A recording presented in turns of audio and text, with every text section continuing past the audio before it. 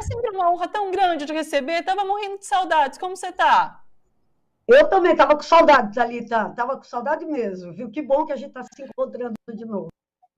Que bom! Não em boas condições, né? Porque a gente está nesse ano turbulento, né? E eu quero começar, inclusive, falando com você sobre um tema super preocupante, que é essa situação dos indígenas aqui no Brasil, principalmente dos Yanomamis, né? Porque os jornalistas livres têm feito uma cobertura bacana, dá para ter muita informação a partir de vocês em relação ao que está acontecendo.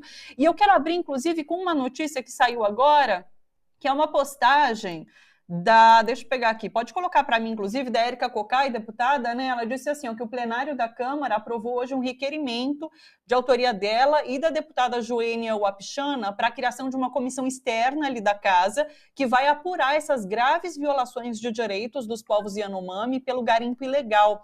Tudo isso começou por conta de uma denúncia do estupro de uma menina de 12 anos e o desaparecimento de uma outra garotinha de 3, né?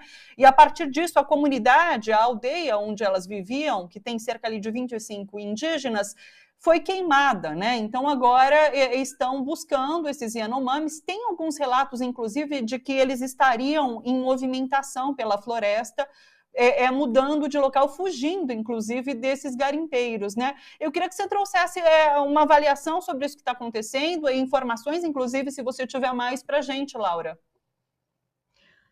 Então, você tem toda a razão, essa situação dos Yanomami na área de Roraima é gravíssima, né? O território Yanomami está tomado por garimpeiros. Hoje em dia a gente calcula-se alguma coisa entre 20 e 25 mil garimpeiros que invadiram a terra Yanomami em busca de ouro, devastando a floresta de maneira avassaladora. Esse caso que houve com essa comunidade Yanomami, eles não gostam de ser chamados de aldeia Yanomami, eles gostam de se designar comunidade. Nessa comunidade, como você disse, com 24, 25 pessoas, uma comunidadezinha pequena, aconteceu esse estupro, que foi um estupro coletivo, vários garimpeiros estuprando essa menina de 12 anos e que acabou morrendo.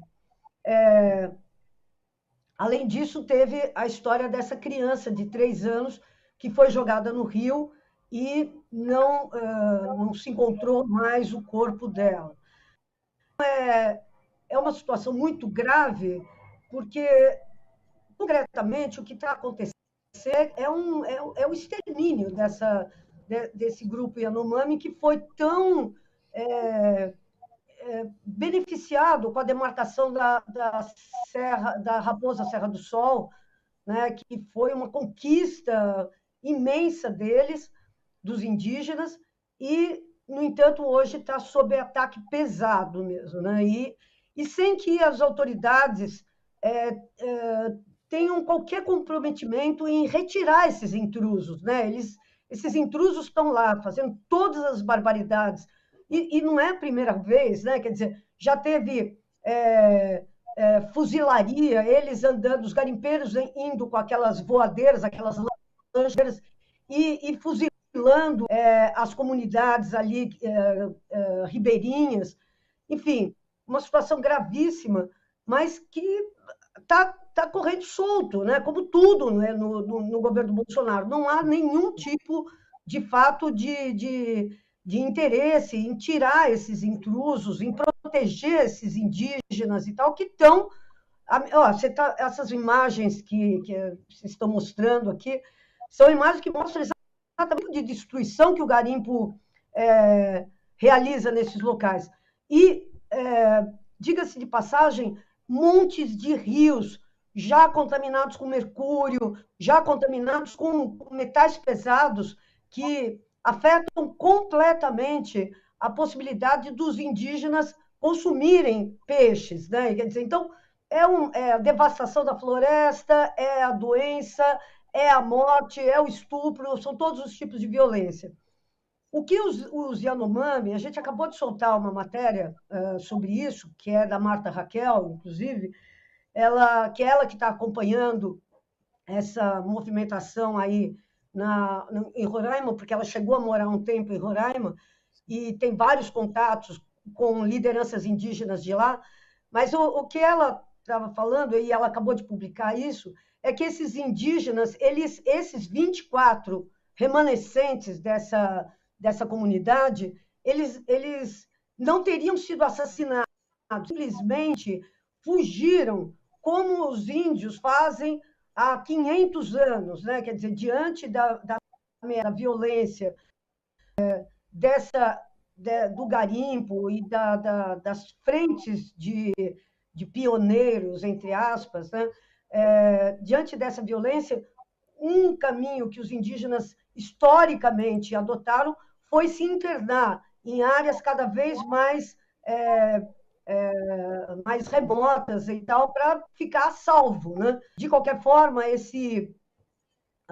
a Polícia Federal foi até a aldeia, onde era a aldeia, e encontrou lá restos de um corpo queimado, que eles acreditam que seja, os indígenas acreditam que seja da menina que foi estuprada. É um costume Yanomami a cremação dos seus mortos, e esse abandono, inclusive com um índio na aldeia, teria sido feito pelos próprios indígenas para dizer, olha, esse terreno aqui é um terreno que virou hostil, enfim, virou terror e tal, não sei o quê. Mas é muito grave isso, é gravíssimo, e há uma preocupação crescente, né, com relação a essa situação dos Yanomami, porque é uma reversão completa da expectativa que se tinha em relação a eles, né? Quer dizer, os Yanomami pareciam um povo que estava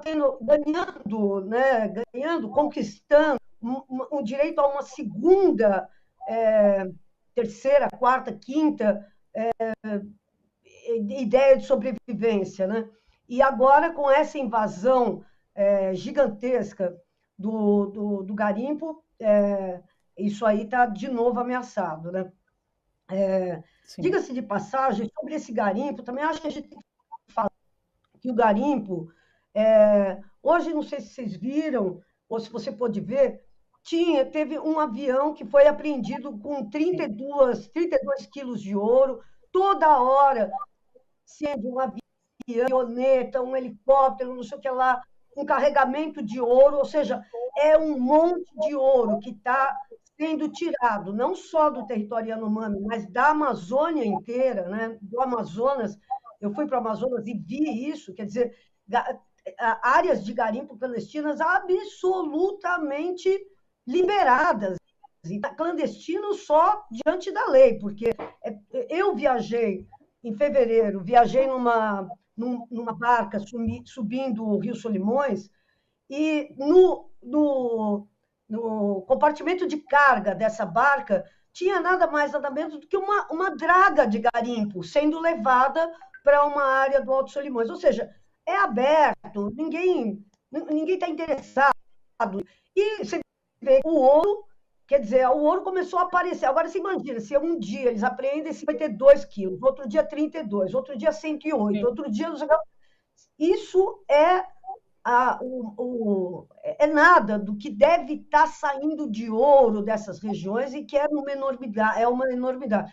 Muito desse garimpo, dessa mão de obra do garimpo, é recrutada pelas facções criminosas, né, pelas facções criminosas que operam lá, e, portanto, vão no Nordeste ali, está castigado pela recessão, por tudo isso, recrutam essas pessoas, levam para trabalhar, essas pessoas trabalham em condições análogas de escravidão.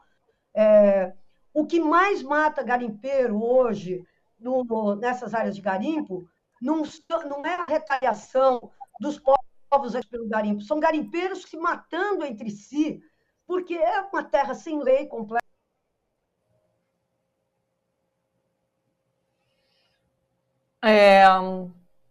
Caiu a conexão, foi com a Laura. Não sabia se era eu ou era a Laura, mas foi a conexão com a Laura. Tava picotando um pouquinho, né, pessoal? Mas a gente conseguia entender perfeitamente a Laura, mas agora ela já está voltando, agora ela voltou.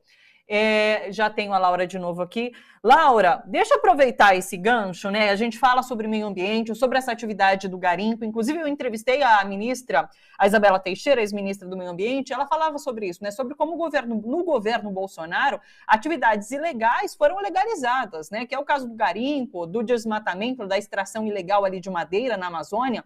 Todas essas ações que são ilegais e foram, de certa forma, legalizadas, arranjam caminhos para serem feitas sem muitos questionamentos. Eu não sei se ela travou de novo ou se ela está me ouvindo, mas eu vou continuar aqui nessa tomada, tá bom? Não, ela travou de novo.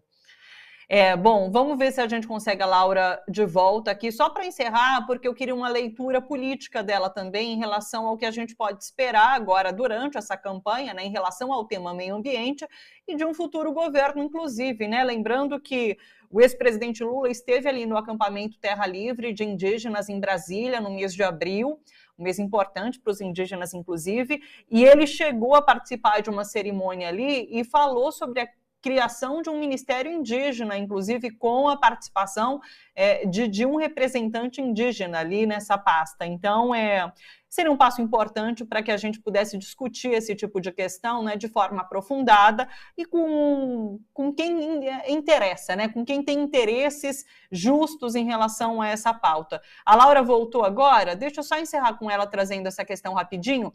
Laura, eu colocava aqui a importância de se discutir meio ambiente nesse processo eleitoral, né, desse ano e no próximo governo. Lembrando que Lula esteve ali no Terra Livre em Brasília e falou sobre a criação de um ministério indígena, né, para discutir os interesses indígenas de fato. É uma pauta de extrema importância nessa campanha, né?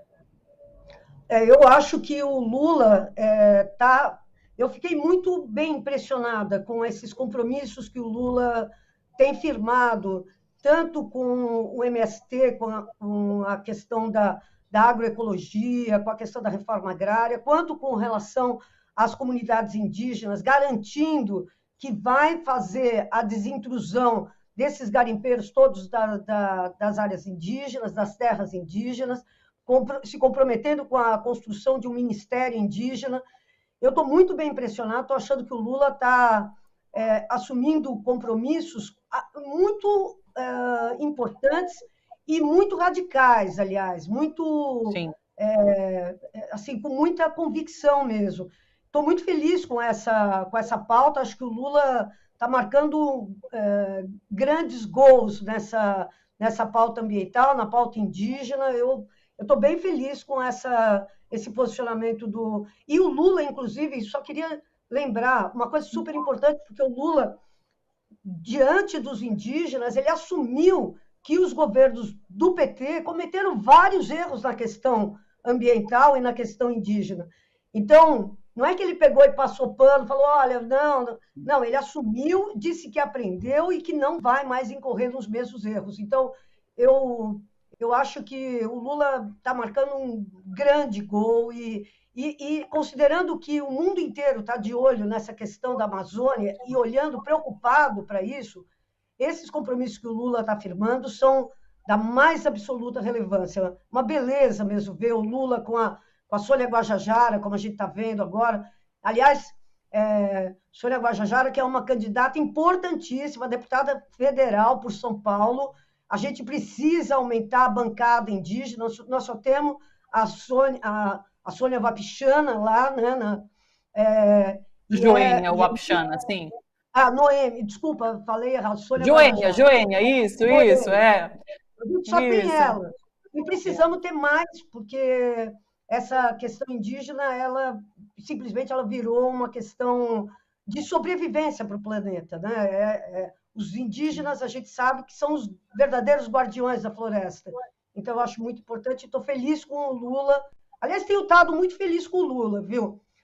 Estava agora, um pouquinho antes de vir para cá, escrevendo um artigo defendendo o Lula desse linchamento que a imprensa fez com ele por causa da entrevista da Time, sim, que é um posicionamento absolutamente razoável, absolutamente sim, sensato, absolutamente importante, e a imprensa brasileira, de novo, né, agindo como um carrasco da democracia, né?